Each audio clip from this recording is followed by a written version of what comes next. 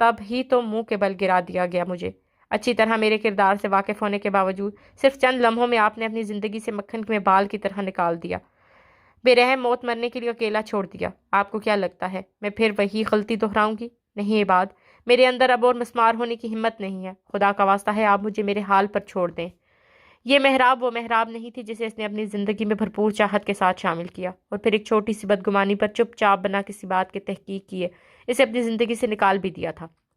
یہ تو کوئی اور محراب تھی، روٹھی ہوئی، زندگی سے خفا اور بے حد مضبوط محراب۔ وہ بے بسی سے اسے دیکھ کر رہ گیا تھا۔ کیا اب تمہارے اندر میرے ساتھ زندگی گزارنے کی خواہش سر نہیں اٹھاتی؟ نہیں، ایسا مت کہو محراب، میں مانتا ہوں میں نے تمہارے ساتھ ظلم کیا، مگر اس کی اتنی بڑی سزا مت دو کہ میں زندگی کو ترستا رہوں۔ اونچا لمبا بے حد خوبصورت وہ مرد جس کے سامنے بے بس ہوا تھا، محراب نے لب بھینچ کر اپنے آنسو اپنے اندر اتار لیے تھے۔ میری اتنی اوقات نہیں ہے کہ میں کسی کو کوئی سزا دے سکوں، بس اتنی سی التجا ہے حویلی والوں کے ساتھ ساتھ آپ بھی مجھے میرے حال پر چھوڑ دیں۔ اپنے لیے میں مر چکی ہوں، آپ لوگ بھی مردہ سمجھ کر بھول جائیں۔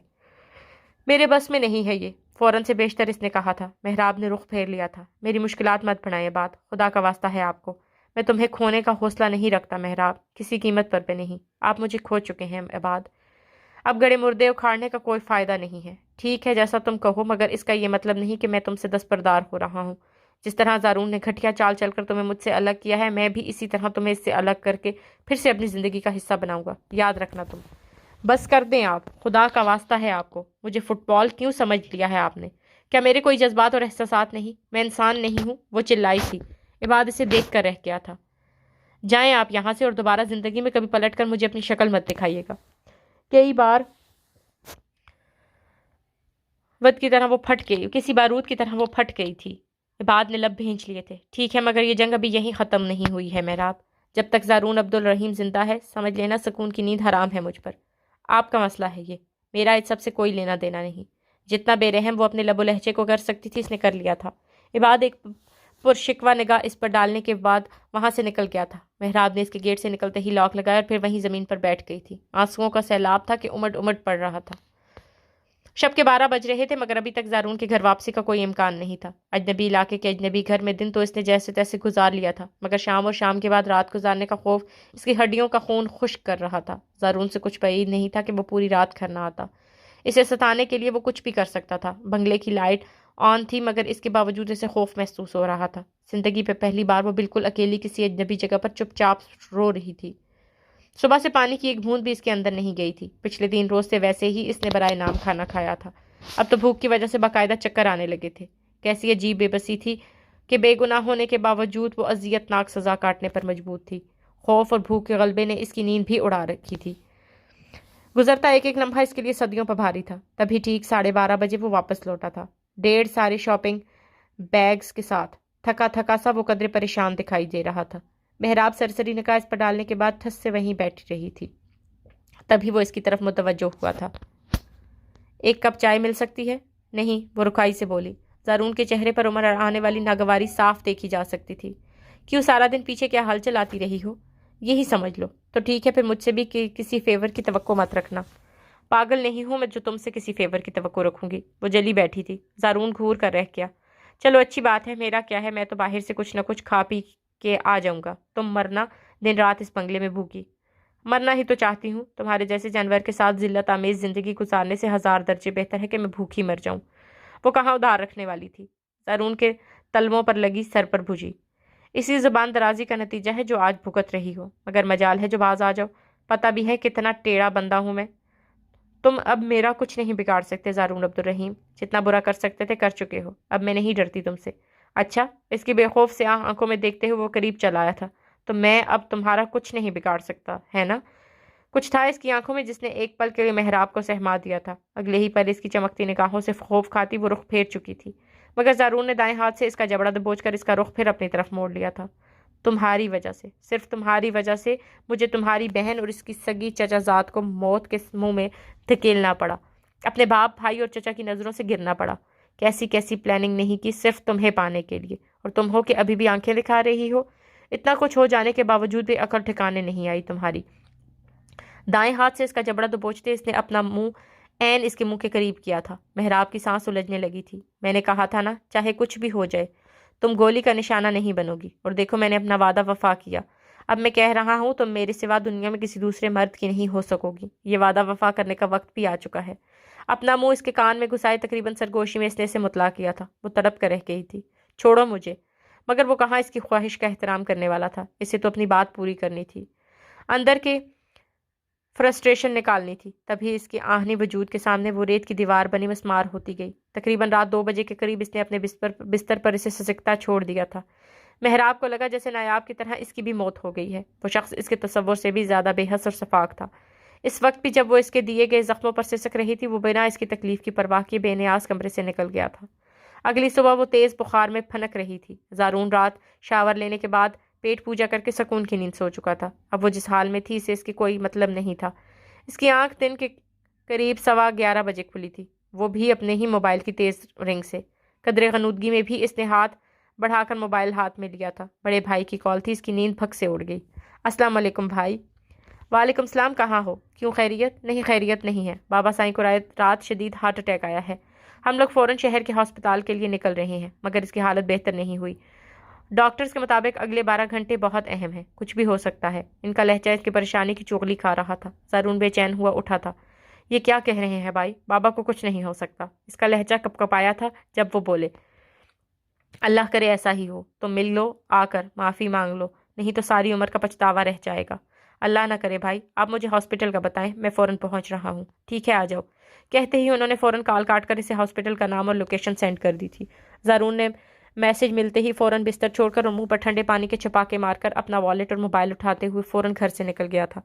محراب کس حال میں تھی اسے یہ دیکھنے کی چندہ ضرورت محسوس نہیں ہوئی تھی. گاڑی فل اسپیڈ میں چھوڑ کر اگلے 15 منٹ میں وہ ہاسپٹل پہنچ گیا تھا. سردار عبدالرحیم انتہائی نگہداشت کے وارڈ میں تھے. وہ ڈاکٹر سے مل کر بنا کسی کی پرواہ کیے روم میں گھس گیا تھا. سردار صاحب کو آکسیجن لگی تھی. اس نے قریب جاتے ہی ان کے دونوں پاؤں پکڑ لیے. پتھر سا بے حس مضبوط دل پانی بن گیا تھا. سردار صاحب کے دونوں پیروں کو بار بار عقیدت سے چومتے ہوئے وہ دل ہی دل میں ان سے معافی مانگتا بے آواز روتا رہا تھا. اگلے 40 منٹ کے بعد اس کا رونا, معافی مانگنا سب بیکار گیا, کیونکہ سردار صاحب نے ایک بار بھی آنکھ کھول کر اسے دیکھے بغیر دنیا چھوڑ دی تھی. ایک قیامت تھی جس کا سامنا اس وقت زارون عبدالرحیم کو کرنا پڑا تھا. دل جیسے کسی نے نوچ کر پہلو سے نکال لیا تھا. زندگی بھر اس کے لاڈ اٹھانے والے, اسے سب پر اہمیت دینے والے, اس کی ہر خواہش اور فرمائش منہ سے نکلنے سے پہلے ہی پوری کرنے والے سردار عبدالرحیم اپنے لاڈلے کو بنا معاف کیے ضمیر کا بوجھ دل پر لے کر ابدی نیند سو گئے تھے. وہ آنکھوں سے خون بہاتا رہا تھا, بلکتا رہا, مگر کوئی فائدہ نہیں ہوا. ایک احرام تھا جو حویلی میں اٹھا تھا. سرخ اینٹوں سے تعمیر قلعہ نما حویلی میں نایاب عبدالکریم کے ساتھ اس کی لحد تیار کر دی گئی تھی. تدفین کے بعد اپنے بھائیوں سے مل کر وہ حویلی سے نکل رہا تھا جب اس کا سامنا عباد عبداللطیف سے ہوا تھا. اسے دیکھتے ہی زارون کی آنکھوں میں جیسے خون اتر آیا تھا. عباد عبداللطیف کی آنکھوں میں ہلکورے لیتی نفرت بھی اس سے چھپی نہ رہ سکی تھی, مگر وہ بنا پرواہ کے اس کے مقابل کھڑا ہو کر تلخ لہجے میں بولا تھا. میرے بابا کی موت تمہارا مجھ پر قرض ہے ڈیئر کزن, اور میں نے کبھی کسی کا قرض زیادہ دن تک خود پر نہیں رکھا. یاد رکھنا یہ بات. صرف آنکھوں سے ہی نہیں, اس کے لہجے سے بھی لہو ٹپک رہا تھا. عباد عبداللطیف کے لبوں پر خفیف سی مسکراہٹ بکھر گئی تھی. یہ تو وقت ہی بتائے گا زارون عبدالرحیم کہ کون کس کا قرض اتارتا ہے. اس کے الفاظ, اس کی مسکراہٹ نظر انداز کیے جانے کے قابل نہیں تھے. وہ گہری نگاہوں سے اسے گھورتا بنا حویلی میں مزید کسی سے ملے وہاں سے نکل گیا تھا. رات دیر تک سڑکیں ناپنے کے بعد شب کے 12 بجے اس کی گھر واپسی ہوئی تھی. سارا بنگلہ تاریکی میں ڈوبا ہوا تھا. اس کا دل ڈوب کر ابھرا تھا. کل ظہر کے قریب وہ بنگلے سے نکلا تھا اور اب اگلے دن کے بعد رات کے 12 بج رہے تھے. جانے محراب عبدالکریم کس حال میں تھی. تیز تیز قدم اٹھاتے لان عبور کرنے کے بعد وہ ہال کمرے میں آیا تھا. محراب کمرے کی لائٹس آن تھی, مگر وہاں محراب کا وجود نہیں تھا. تبھی اس نے دہاڑ کر آواز دی تھی, مگر جواب نہیں آیا. وہاں اس بنگلے میں کوئی آ نہیں سکتا تھا, خود وہ کہیں جا نہیں سکتی تھی. تو پھر کیا ہوا تھا؟ یوں اچانک کہاں جا سکتی تھی وہ؟ پہلے سے منتشر دماغ مزید منتشر ہوا. پاگلوں کی طرح اگلے اسے گھر کے ایک ایک کونے میں ڈھونڈتا وہ جیسے اپنے حواس کھو رہا تھا. تبھی اس کی نظر اس پر پڑی تھی. بیڈ کی دوسری طرف وہ نیچے زمین پر بے ہوش پڑی تھی, یوں کہ اس کا وجود آدھے سے زیادہ چھپ گیا تھا. شکستہ قدم اٹھاتا وہ اس کے قریب آیا, پھر اس کی نبض چیک کر جو کہ بے حد آہستہ چل رہی تھی. ایک پل کے لیے اسے اس کی حالت پر رحم آ گیا. اگلے ہی پل وہ پھر بے حس ہو گیا. محراب کو بیڈ پر سلانے کے بعد وہ فریج سے ٹھنڈے پانی کی بوتل نکال لایا تھا. محراب کے چہرے پر ٹھنڈے پانی کے چپاکے مار کر اس کو ہوش دلانے کے بعد وہ اس کے لیے چائے اور بریڈ لے آیا تھا. اٹھو یہ کھا لو, شاباش.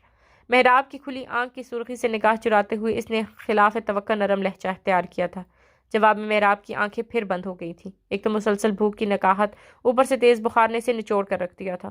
زارون کو خبر ہی نہیں تھی کہ پچھلے 18 گھنٹے اس اجنبی گھر میں اس تنہا لڑکی نے کس اذیت سے گزارے تھے۔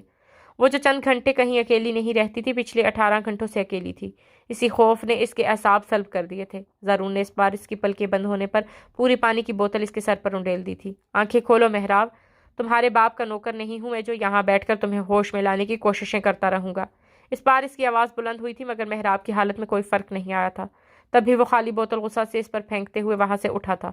مرو تم۔ اسے کوئی احساس نہیں تھا کہ وہ اس کی وجہ سے بے قصور کس حال میں تھی۔ وہ رات اس نے مسلسل سگریٹ نوشی کرتے ہوئے گزاری تھی۔ مہراب زندہ رہتی یا نہیں، وہ یہ اس کا مسئلہ نہیں تھا۔ فی الحال اس کے لیے دنیا کا سب سے بڑا غم اپنے محبوب باپ سے دائمی جدائی تھا، اور یہ ایسا غم تھا جس کا کوئی مداوع نہیں ہو سکتا تھا۔ رات کا پچھلا پہر شروع ہو چکا تھا جب اس کی آنکھ کھلی تھی۔ بخار کی شدت کم ہو چکی تھی، مگر نقاہت باقی تھی۔ بمشکل ہمت کر کے اس نے اٹھنے کی کوشش کی تو سر چکرا کر رہ گیا تھا۔ گھومتے سر کو دونوں ہاتھوں سے تھامے وہ بیڈ پر اٹھ کر بیٹھ گئی تھی۔ تبھی سے بیڈ کے سامنے ہی صوفے پر بیٹھا زارون عبدالرحیم دکھائی دیا تھا۔ اس کا دل چاہا وہ اٹھ کر اس کا گریبان پکڑے اور اس کے چہرے پر بنا مزاجی خدا ہونے کے احساس کی یہ بے پردے پے در پے تھپڑوں کی برسات کر دے، جو اسے وہاں اس دیو ہیکل بنگلے میں قید کر کے اس کے باوجود یکسر غافل ہو چکا تھا۔ مگر ابھی وہ اس کے قابل نہیں تھی، تب خون کی گھونٹ پی کر رہ گئی تھی۔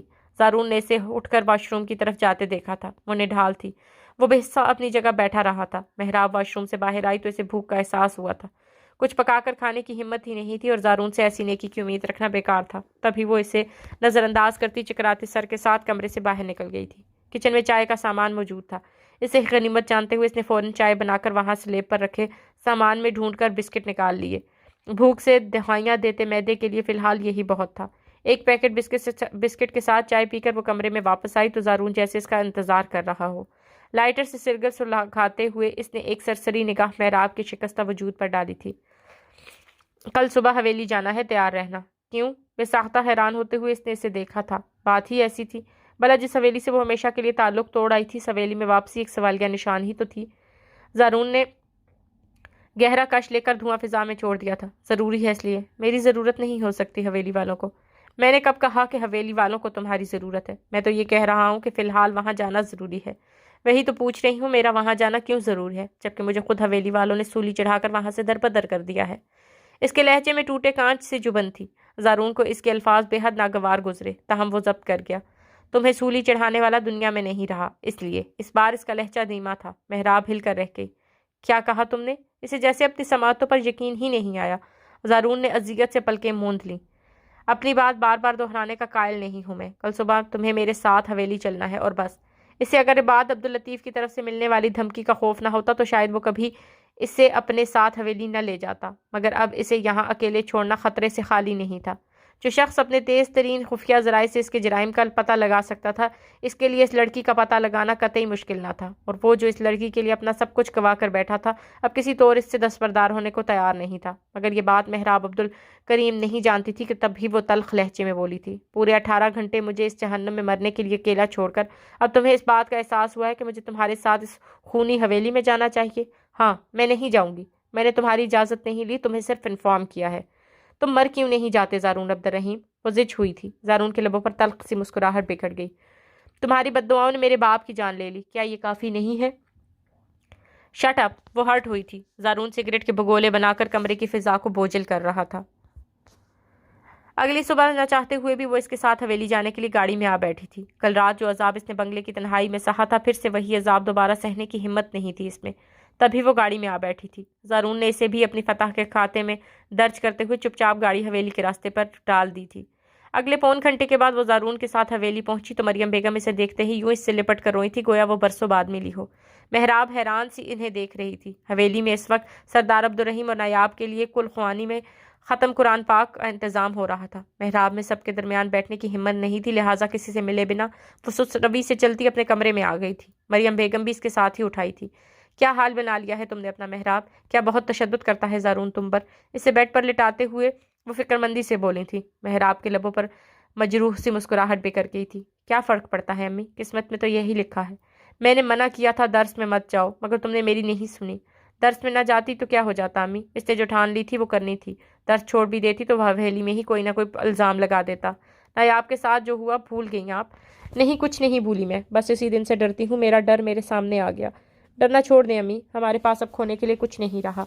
اس کا حال ایسا تھا جیسے کوئی صحرا میں آبلہ پا جانے کتنی مسافت طے کر کے منزل پر پہنچا ہو۔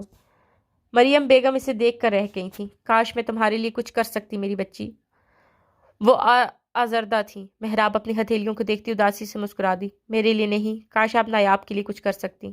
ہاں، بہت بد نصیب ہوں میں، خدا میرے جیسی بے بس ماں کسی کو نہ دے جو اپنی دونوں بیٹیوں کے لیے کچھ نہیں کر سکتی۔ وہ رو پڑی تھی۔ محراب نے محبت سے ان کے دونوں ہاتھ تھام لیے تھے۔ خود کو الزام دے کر دکھی ہونا چھوڑ دے امی، اس حویلی کی کوئی عورت کبھی بھی اپنے حق کے لیے کچھ نہیں کر سکتی۔ مریم بیگم کا سر جھکا تھا۔ کمرے میں چند لمحوں کے لیے خاموشی چھا گئی تھی، تبھی مریم بیگم بولی تھی، عباد بہت پشیمان ہے، معافی مانگنا چاہتا ہے تم سے۔ کس بات کی معافی؟ اس نے اچانک سر اٹھا کر انہیں دیکھا تھا، تبھی وہ بولی، اس سے بہت بڑی غلطی ہو گئی ہے محراب، بہت دکھی ہے وہ، کوئی پرواہ نہیں، میرے دل سے اتر گیا ہے وہ۔ نہیں محراب، ایسا مت کہو، صرف وہی ہے جو تمہیں اس شیطان کی قید سے آزاد کرا سکتا ہے۔ مجھے اس شیطان کی قید میں پہنچانے والا بھی وہی ہے، نہ وہ طلاق دیتا نہ میں اس شیطان کی قید میں جاتی۔ اس سے غلطی ہوگی بیٹا، وہ غلط فہمی کا شکار ہو گیا تھا۔ بس کر دیں امی، گڑے مردے اکھاڑنے کا کوئی فائدہ نہیں۔ ویسے بھی زارون عبدالرحیم میری واپسی کا ہر راستہ بند کر چکا ہے۔ تم اس کے ساتھ کبھی خوش نہیں رہ سکتی میری بچی۔ میں اب عباد کے ساتھ بھی کبھی خوش نہیں رہ سکتی امی۔ اس کے پاس ہر سوال کا جواب تھا۔ مریم بیگم بے بسی سے سر جھکا کر رہ گئی۔ میں اب تھوڑی دیر سونا چاہتی ہوں، چند لمحوں بعد اس نے کہا تھا۔ ٹھیک ہے، سو جاؤ۔ مریم بیگم اٹھ کھڑی ہوئیں۔ آج رات ٹھہرو گی نا؟ کمرے سے نکلتے ہوئے انہیں یاد آیا تھا۔ محراب نے بالوں کو کیچر کی قید سے آزاد کر کے سر تکیے پر رکھ دیا۔ پتہ نہیں امی، اس چلات کا کوئی پتہ نہیں، وہ ٹھہرتا ہے یا نہیں۔ تم کہو تو میں بات کر کے دیکھوں اس سے؟ نہیں، میں نہیں چاہتی میرے یہاں ٹھہرنے سے پھر حویلی میں کوئی ہنگامہ ہو۔ یہ بات بھی یہی ہے، میں اس کا سامنا بھی نہیں چاہتی۔ ٹھیک ہے بیٹا، جیسے تمہاری مرضی۔ اسپات میں سر ہلا کر لائٹ آف کرتے ہوئے وہ کمرے سے باہر نکل گئی تھی۔ محراب نے آنکھیں بند کر لی تھی۔ پچھلے 3 روز کی نیند پوری کرنی تھی، مگر زارون نے ایسا نہیں ہونے دیا تھا۔ ابھی تھوڑی ہی دیر ہوئی تھی جب اس نے مریم بیگم کو واپسی کا پیغام بھجوا دیا تھا۔ تھوڑی دیر اور رک جاتے بیٹا، محراب سو رہی ہے، شاید طبیعت ٹھیک نہیں اس کی۔ وہ خود اس کے سامنے کھڑی التجا کر رہی تھی۔ کلائی پر گھڑی باندھتے ہوئے اس نے سرسری نگاہ سے انہیں دیکھا۔ نہیں چچی، میں پہلے ہی لیٹ ہو چکا ہوں، اسے اٹھائیں، ابھی نکلنا ہے۔ اس کا انداز ایسا تھا کہ وہ چاہتے ہوئے بھی مزید اصرار نہ کر سکیں۔ محراب سو رہی تھی جب مجبوراً اسے اٹھانا پڑا۔ محراب، ایک دو بار آوازیں دینے کے بعد انہوں نے اس کا کندھا جھنجھوڑا تھا۔ وہ ہڑبڑا کر جاگ گئی تھی۔ جی، زارون بلا رہا ہے۔ کیوں، خیریت؟ جانے کے لیے کہہ رہا ہے۔ کیا ٹائم ہوا ہے؟ اثر ڈر رہی ہے۔ اس کی نیند ادھوری رہ گئی تھی، مگر پھر بھی دل مارتے ہوئے وہ اٹھ بیٹھی تھی۔ ٹھیک ہے، ایک بات کہنی تھی تم سے۔ وہ دوپٹہ اٹھا کر سر پر سلیقے سے اوڑھ رہی تھی جب مریم بیگم نے کہا۔ محراب کی نظریں ان کے چہرے پر جم گئی تھیں۔ جی کہیں۔ زارون کے ساتھ جتنا ہو سکے محتاط رہنا، بھروسے لائق آدمی نہیں ہے وہ۔ جانتی ہوں، بے فکر رہیں آپ۔ ایک اور بات بھی کرنا تھی۔ جی۔ اس کی نظریں بدستور ان کی چہرے پر جمی تھیں، تبھی وہ چند لمحوں کی خاموشی کے بعد بولی، میرا دل نہیں لگتا یہاں اس حویلی میں، دل چاہتا ہے یہاں سے کہیں دور بھاگ جاؤں۔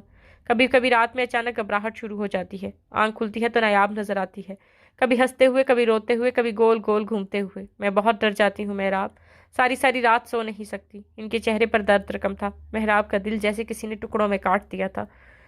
دوپٹہ سر پر جماتے ہوئے ان قریب آئی تھی، پھر اس نے ان کے دونوں ہاتھ اپنے ہاتھ میں لے کر چوم لیے تھے۔ میں آپ کی تکلیف بخوبی محسوس کر سکتی ہوں امی، مگر میں بھی اتنی ہی بے بس ہوں جتنی کہ آپ۔ مگر آپ فکر نہ کریں، آپ کی بیٹی کا ایک قاتل خود ابدی نیند سو چکا ہے، دوسرے قاتل کی زندگی میں اتنے عذاب بنا دوں گی کہ وہ موت مانگے گا، اسے موت نہیں ملے گی، وعدہ ہے یہ میرا آپ سے۔ اس کی آنکھوں میں نفرت کی جو آگ دہک رہی تھی وہ کسی سے پوشیدہ نہیں تھی۔ مریم بیگم اسے خود سے لپٹا کر دیر تک بے آواز روتی رہی تھی، تبھی وہ وہاں آیا تھا۔ آپ لوگوں کا میل ملاپ اگر ختم ہو گیا ہو تو چلیں، بھاری لہجے میں کہتے ہوئے انہیں چونکا گیا تھا۔ مریم بیگم نے بنا اس کی طرف دیکھے محراب کو خود سے الگ کر دیا تھا۔ جاؤ میری جان، اللہ تمہارا حافظ و نگہبان ہو، اب بھی اپنا خیال رکھے، میں پھر آؤں گی۔ وہ اب بھی انہیں تسلی دے رہی تھی۔ زارون نے کوفت سے رخ پھیر لیا۔ وہ لوگ حویلی سے گھر پہنچے تو مغرب کا وقت تنگ پڑ گیا تھا۔ زارون اسے گھر ڈراپ کر کے باہر گیٹ سے ہی گاڑی ریورس کرنے لگا تو وہ بول اٹھی، کہاں جا رہے ہو؟ تم سے مطلب؟ کوئی مطلب نہیں، مگر میں اس دیوکر بنگلے میں رات کے وقت اکیلی نہیں رہ سکتی۔ تو قطعی انجان بنتے ہوئے اس نے ابرو اچکاتے ہوئے بولا۔ محراب خون کے گھونٹ پی کر رہ گئی تھی۔ تو یہ کہ اگر آج کی رات مجھے اس بنگلے میں پچھلی راتوں کی طرح بے حد خوف کے عالم میں اکیلے گزارنی پڑی تو میں قسم کھا کر کہتی ہوں میں یہاں نہیں رہوں گی۔ اوہ، یعنی تم کہنا کیا چاہتی ہو؟ مجھے رات میں ہر صورت میں یہاں تمہارے پاس ہونا چاہیے؟ اسٹیئرنگ چھوڑ کر وہ گاڑی سے باہر نکل آیا تھا۔ ویسے یہاں نہیں رہو گی تو کہاں رہو گی؟ جہنم میں۔ اس کی تیش دلاتی آنکھوں میں غصے سے دیکھتے ہوئے وہ تڑخ کر بولی تھی۔ جواب میں وہ کہکا لگا کر ہنسا تھا۔ چلو دیکھتے ہیں پھر کس جہنم میں رہتی ہو تم، مزے سے کہتے ہوئے پھر سے گاڑی میں جا بیٹھا تھا۔ محراب کلس کر رہ گئی تھی۔ پورے بنگلے کی لائٹس آن کرنے کے باوجود تنہائی کا خوف دل کو پریشان کر رہا تھا۔ وہ بیڈ روم سے نکل کر ٹیرس پر چلی آئی تھی۔ زارون گاڑی لے کر نکل چکا تھا اور اب اس کے گھر واپسی کب ہونی تھی محراب کو قطعی کوئی اندازہ نہیں تھا۔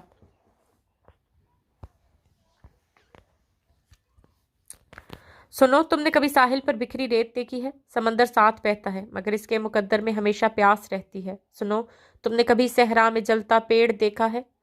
سبھی کو چھاؤں دیتا ہے مگر اس کے مقدر میں ہمیشہ دھوپ رہتی ہے۔ سنو، تم نے کبھی شاخوں کے بچھڑے پھول دیکھے ہیں جو خوشبو بانٹ دیتے ہیں بکھر جانے تلک لیکن ہوا کے ساتھ دیتے ہیں؟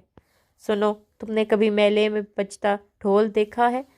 عجب ہی المیہ اس کا بہت ہی شور کرتا ہے مگر اندر سے خالی ہے۔ یہی میرا فسانہ ہے، بس اتنی سی پہیلی ہے۔ ٹیرس پر کھڑے اطراف میں نگاہ دوڑاتے ہوئے اسے ابھی زیادہ دیر نہیں ہوئی تھی جب اس کی نگاہ سامنے والے گھر کے قریب چنگاڑی ہوئی ایمبولینس پر جا پڑی تھی۔ چاکلیٹی کلر کا گیٹ کھلا تھا اور ایک مرد کسی مرد کو باہوں میں اٹھائے تیزی سے بھاگتے ہوئے ایمبولینس کی طرف بڑھا رہا تھا۔ اس کے پیچھے ہی لمبے کھلے ریشمی بالوں والی خوبصورت لڑکی پاگلوں کی طرح روتی چلاتی بھاگتی آ رہی تھی۔ محراب کو بھول گیا تھا کہ وہ بنگلے میں اکیلی ہے۔ اس کی تمام تر توجہ سامنے کے منظر کی جانب مبذول ہو چکی تھی۔ جانے کیا ہوا تھا جو ایمبولینس منگوائی گئی تھی اور خدا جانے اس لڑکی کا اس مرد سے کیا تعلق تھا جو دوپٹے سے بے نیاز سسکتی بلکتی ان دونوں مردوں کے پیچھے بھاگتی آ رہی تھی۔ کیا ہوا ہوگا بلا وہاں؟ ارد گرد سے قطعی بے خبر اس کی تمام تر توجہ سڑک کے اس پار دکھائی دینے والے منظر پر مرکوز تھی۔ تبھی اس کی سماعتوں میں نیچے گیٹ پر ہونے والی زوردار دستک کی آواز گونجی تھی۔ وہ چونک کے، شاید زارون آ گیا تھا، شاید اس کی دھمکی کام کر گئی تھی جو اس نے زارون کو دی تھی۔ اس خیال کے آتے ہی وہ سڑک کے اس پار دکھائی دینے والے منظر سے نگاہ ہٹاتی نیچے چلی آئی تھی۔ محل جیسے اس گھر میں زارون نے اس وقت تک نہ کسی گارڈ کا انتظام کیا تھا نہ کسی ملازم کا۔ شاید وہ اسے تنہائی کی اذیت میں رکھنا چاہتا تھا یا شاید اسے ابھی کسی پر اعتبار نہیں تھا۔ انہی خیالوں سے الجھی وہ گیٹ تک پہنچی تھی۔ کون؟ گیٹ کھولنے سے پہلے اس نے پوچھا تھا جب جواب آیا، عباد عبداللطیف۔ دروازہ کھولو۔ محراب کا دل دھڑکا تھا تاہم اس نے لاک نہیں کھولا۔ چلے جائیں یہاں سے، اس گھر میں آپ سے ملنے والا کوئی نہیں رہتا۔ پاگل مت بنو محراب، میں تمہیں اس قاتل کی قید سے رہائی دلانے آیا ہوں۔ مجھے نہیں چاہیے رہائی، بلند آواز میں وہ چلائی تھی۔ تمہیں میری بات سننی ہوگی محراب، جب تک تم دروازہ نہیں کھولو گی میں یہاں سے نہیں جاؤں گا۔ محراب کی بلند آواز کے جواب میں عباد کا لہجہ دھیما تھا۔ تبھی لاک کھلا تھا۔ کیا کہنا چاہتے ہو اب؟ کیا رہ گیا ہے ہمارے درمیان؟ کیوں نہیں مجھے میرے حال پر چھوڑ دیتے آپ؟ گیٹ کھولتے ہوئے وہ جذباتی ہوئی تھی۔ عباد اسے ایک طرف دھکیلتے ہوئے اندر چلا آیا۔ نہیں چھوڑ سکتا تمہیں تمہارے حال پر، کیونکہ میری وجہ سے ہی زندگی کے اس امتحان سے گزر رہی ہو تم۔ صوفے پر بیٹھتے ہوئے اس نے بلند لہجے میں کہا تھا، پھر جیب میں ہاتھ ڈال کر ایک طے شدہ کاغذ نکالا تھا۔ یہ دیکھو، یہ وجہ تھی ہماری طلاق کی۔ کاغذ محراب کی آنکھوں کے سامنے لہراتے ہوئے اس کا غصہ کم کرنے کی کوشش کی۔ محراب نہ چاہتے ہوئے بھی اپنی لکھائی میں لکھے اس مسودے کی تحریر میں الجھتی گئی تھی۔ مارے حیرانی کی اس کی آنکھیں پھٹی کی پھٹی رہ گئی تھیں۔ میں نے نہیں لکھا یہ، نفی میں سر ہلاتے ہوئے بہت دھیمے لہجے میں بولی تھی۔ یہ بات نے سر اس بات میں ہلایا تھا۔ جانتا ہوں یہ سب زارون کی چال تھی، تمہاری دوست غزالہ کا کیا دھرا ہے یہ سب۔ ایک کے بعد ایک وہ اسے سارے واقعات بتاتا گیا۔ جیسے جیسے وہ بتا رہا تھا ویسے ویسے محراب کی آنکھیں پانیوں سے بھر رہی تھیں۔ خود بتاؤ محراب، میری جگہ تم ہوتی تو کیا کرتی؟ اس نے پوچھا تھا اور عین اسی پل باہر گیٹ پر زوردار دستک ہوئی تھی۔ محراب کا رنگ اڑ گیا تھا، جبکہ بعد نے چونکتے ہوئے فوراً اپنی جیب سے پسٹل نکال لی تھی۔ آج اس شخص کا فیصلہ ہو کر رہے گا۔ آج یا تو وہ نہیں یا میں نہیں۔ محراب کا سر تھپتھپا کر اسے حوصلہ دیتے ہوئے وہ گیٹ کی طرف بڑھ گیا تھا۔ محراب اپنی جگہ ساکت کھڑی رہی تھی۔ اپنی آنکھوں سے حویلی کے ایک اور فرد کی موت دیکھنے کا حوصلہ اس میں نہیں تھا۔ تبھی وہ بھاگ کر بیڈ روم میں قید ہو گئی تھی۔ خوف سے سہمت دل عباد عبداللطیف کی زندگی کے لیے دعا گو تھا۔ آہنی گیٹ کے اس پار زارون عبدالرحیم اپنے گھر کے باہر عباد عبداللطیف کی گاڑی کھڑی دیکھ کر گویا غصے سے پاگل ہو رہا تھا۔ اس کا بس نہیں چل رہا تھا کہ اس جرأت پر وہ عباد اور محراب دونوں کی جان لے لیتا۔ گیٹ کھلتے ہی وہ بھوکے شیر کی مانند عباد پر جھپٹ پڑا تھا۔ عباد عبداللطیف اس حملے کے لیے تیار نہیں تھا۔ تبھی زارون کے اچانک پڑنے والے گھونسے نے اس کی پسٹل دور پھینک دی تھی۔ دونوں ایک دوسرے سے دست و گریباں ہوئے مکوں اور لاتوں سے ایک دوسرے کی توازو کر رہے تھے۔ کوئی نہیں جانتا تھا کہ آنے والے چند لمحے ان دونوں میں سے کسی ایک کے لیے کتنے خطرناک ثابت ہونے والے ہیں۔ محراب کا دل زرد پتے کی مانند کانپ رہا تھا۔ وہ نہیں جانتی تھی وقت کی رکاب میں اب اس کے لیے کیا بچا تھا مگر اسے عباد کی فکر تھی۔ نایاب عبدالکریم کے بعد وہ عباد عبداللطیف کو کھونے کا تصور بھی نہیں کر سکتی تھی۔ تبھی صدقے دل سے اس کی سلامتی کے لیے دعا گو تھی۔ عین اسی لمحے گولی چلنے کی آواز آئی اور اس کا دل گویا ساکت کھڑا ہو گیا تھا۔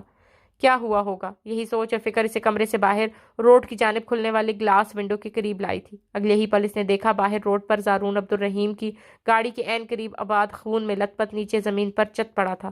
تبھی ایک مرتبہ پھر اس نے گولی کی آواز سنی اور اگلے ہی پل اس کی ٹانگیں جیسے بے جان ہو گئی تھی۔ اس کے پیروں میں مزید اس کے وجود کا بوجھ برداشت کرنے کی طاقت نہیں تھی، لہٰذا وہ وہیں ڈھہ گئی۔ یہ کس آزمائش کے لیے چن لی گئی تھی وہ؟